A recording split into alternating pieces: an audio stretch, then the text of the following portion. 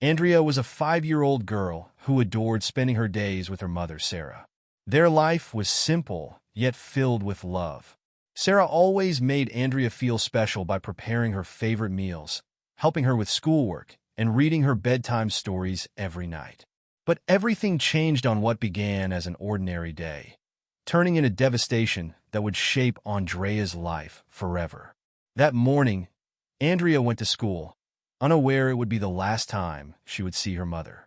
Later in the afternoon, the school principal entered Andrea's classroom with a serious tone and a worried look. Andrea was called to the office, where her father, George, was waiting. He stood by the window, hands in his pockets, staring into the distance. As Andrea entered, he turned to her and sighed deeply. "Andrea," he began, his voice strained, "your mother, she had an accident. She's gone." The word struck Andrea like a thunderclap. "What do you mean?" she asked, her voice trembling, her eyes wide with disbelief. George avoided her gaze. "She's dead, Andrea. There's nothing more to be done," he said coldly. Andrea burst into tears, but George neither hugged her nor comforted her. He just stood there, as though unable or unwilling to acknowledge their shared grief. That night, Andrea sat on the couch in their now painfully empty house, clutching a pillow. The oppressive silence was only broken by George entering the room briefly to say, "You'll have to be strong. Things have changed, but we have to move on," before retreating to his bedroom. Andrea was left alone to cope with her overwhelming sorrow. In the following days, George's coldness became even more evident. He refused to talk about Sarah and dismissed Andrea's attempts to reminisce.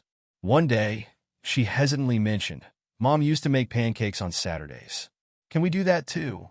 Without looking up from his newspaper, George replied curtly, "That won't bring your mother back. Stop dwelling on it." The house, once filled with warmth, felt like a shell of its former self. George's strict demeanor left Andrea feeling constantly on edge. If she left anything out of place, he was quick to reprimand her. "Andrea, put your things away. I won't keep cleaning up after you," he would bark. The love she once knew seemed like a distant memory. At night, Andrea lay awake, staring at the ceiling and remembering her mother's bedtime stories. George never took up that role. Instead, his good night, if he said it at all, was abrupt and hollow. Andrea felt a loneliness deeper than she had ever known. Mary, Sarah's mother, visited Andrea not long after Sarah's death. When she arrived, her heart broke at the sight of the little girl, who seemed smaller, thinner, and burdened with a vacant look Mary had never seen before. The house, once full of life, now felt cold and uninviting. Mary sensed something was terribly wrong. During her visits, Mary noticed Andrea's withdrawn behavior and signs of anxiety. George made no effort to hide his irritation at Mary's presence. "She's fine, Mary. You don't need to keep coming here," he snapped one day. But Mary ignored his protests, determined to be there for her granddaughter. One day, she found Andrea sitting on the kitchen floor, eating a sandwich made of dry bread. Shocked, Mary asked, "Why are you eating this? Didn't your dad make you dinner?" Andrea looked up with teary eyes and whispered, "He said he didn't have time." Mary's heart ached at the neglect her granddaughter was enduring. That night, Mary considered filing for custody. The decision was daunting, given her limited resources as a retiree and George's financial advantage. But she couldn't ignore Andrea's suffering. Consulting a lawyer, she began the process, knowing it would be a challenging battle. When George discovered the custody filing, he was furious. He confronted Mary, his anger barely contained. "You think you can just take my daughter from me?" he shouted. But Mary remained calm. "Andrea needs someone who loves her and cares for her." "You're not doing that," she said firmly. George, realizing that aggression would not help his case, changed tactics. He began treating Andrea differently, taking her on outings, buying her expensive gifts, and pretending to be the caring father he had never been. Andrea, though touched by the sudden attention, sensed something insincere about his behavior. One night, Andrea overheard George speaking with someone on the phone. "If Mary wins custody, I'm finished," he said. Andrea listened, heart pounding, as George revealed his true motives. It wasn't about love or care. It was about the life insurance money Sarah had left for Andrea. George's manipulation and deceit became painfully clear. Determined to protect herself and her grandmother, Andrea decided to speak the truth. On the day of the custody hearing, the courtroom was tense. George's lawyer painted him as a devoted father, while Mary spoke of the love and dedication she had for her granddaughter. Andrea, unable to remain silent, stood and told the judge everything she had overheard and experienced. The courtroom was stunned. Andrea's words revealed the depth of George's deceit and manipulation. Tears streaming down her face, she declared, "He doesn't care about me. He only cares about the money." The judge listened intently, her expression grave. George's protests and attempts to discredit Andrea were futile. The truth was undeniable. In the end, the court granted Mary custody of Andrea, recognizing the love and stability she offered. As they left the courthouse, Andrea felt a sense of relief for the first time in months. She hugged Mary tightly, knowing she was finally safe in the care of someone who truly loved her. Together, they began the process of healing, determined to rebuild their lives and honor Sarah's memory. Andrea turned back to the judge, her expression serious. "These are very serious accusations. Are you sure about what you're saying?" the judge asked. Andrea nodded vigorously. "I heard him say it. He was on the phone laughing. He said he didn't have to worry about Mom anymore, that everything was settled. And now he wants to do the same to me. He wants to take everything that was meant for me." Her words were like an earthquake shaking the courtroom. The judge paused, looking at George with clear disapproval. "These allegations will be investigated immediately," she declared before calling a recess. George sat down, visibly shaken, while Mary embraced Andrea tightly. "You were so brave, my love. I'm so proud of you," her grandmother said, tears streaming down her face. As the room began to empty, Andrea felt an odd sense of relief. She knew she had exposed the truth, even if it meant facing her father. For the first time in a long while, she felt closer to justice, not just for herself, but for her mother. When the courtroom reconvened, the atmosphere was heavier. George, who had exuded confidence earlier, now seemed like a shadow of his former self, avoiding all eye contact. Andrea felt Mary's hand firmly holding hers, a silent gesture of support. The judge entered, commanding the room's full attention. "After hearing the testimonies and considering the grave accusations raised, I have decided that immediate actions must be taken," she announced. The judge turned to George. "In light of the accusations of neglect and potential criminal actions surrounding the accident that resulted in Andrea's mother's death, I am ordering your preventive detention to ensure the integrity of the investigation. Furthermore, Andrea will be placed under the temporary guardianship of her grandmother, Mary, until a final decision is reached." George abruptly stood, his face flushed with anger. "This is outrageous. I'm her father. This is unfair," he shouted, but was quickly restrained by a court officer. As he was led away, he cast one last look at Andrea, a mix of desperation and something darker. Andrea avoided his gaze, gripping Mary's hand tighter. Watching her father being taken away brought a complex mix of emotions.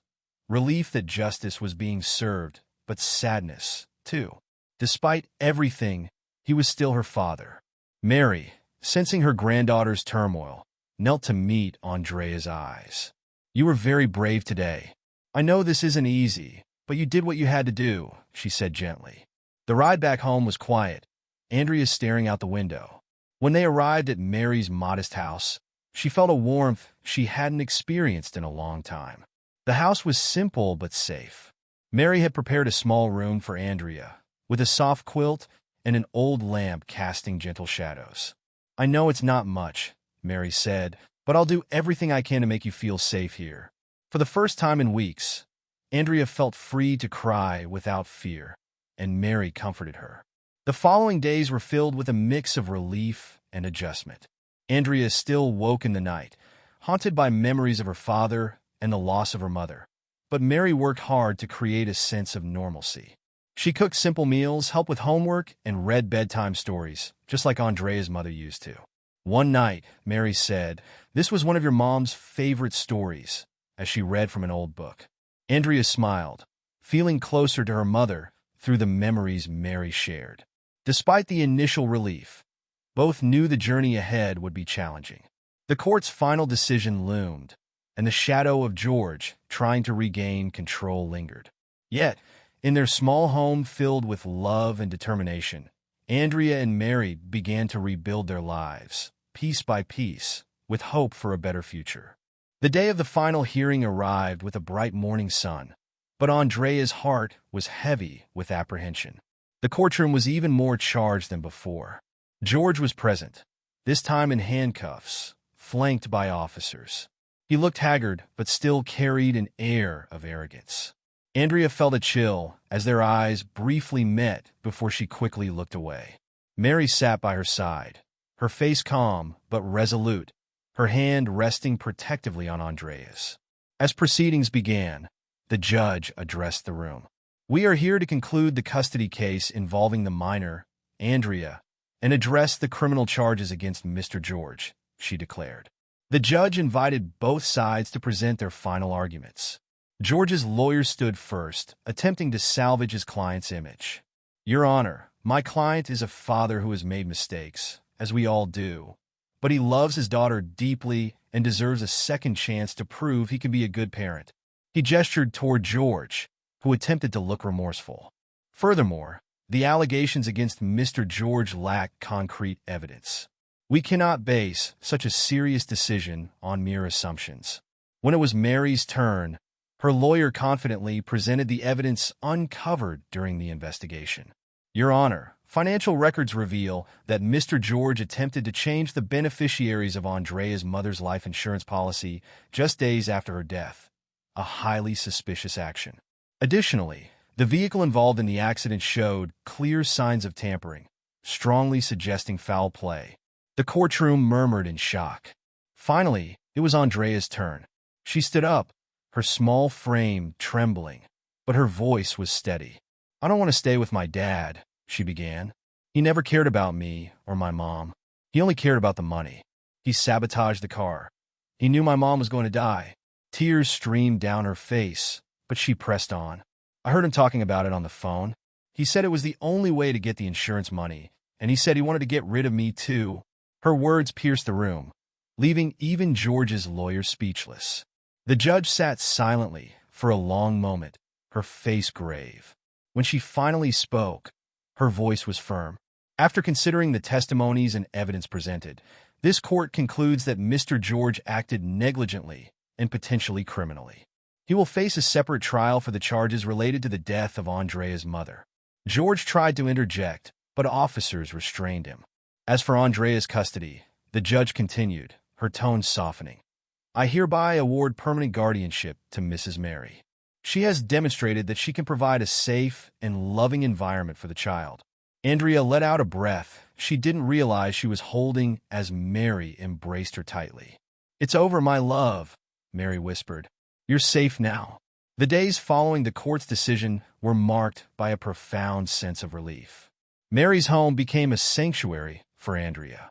They worked together to paint her room in soft pastel colors, and Mary adorned the walls with drawings and photographs of happier times. A framed picture of Andrea's mother took pride of place on her desk, a reminder of her love and strength. Andrea started at a new school, where she made friends who welcomed her warmly. At home, she and Mary settled into routines that brought peace and comfort. Mary cooked hearty meals, helped Andrea with her homework, and continued reading bedtime stories each night. One sunny afternoon, Mary took Andrea to a park her mother had loved.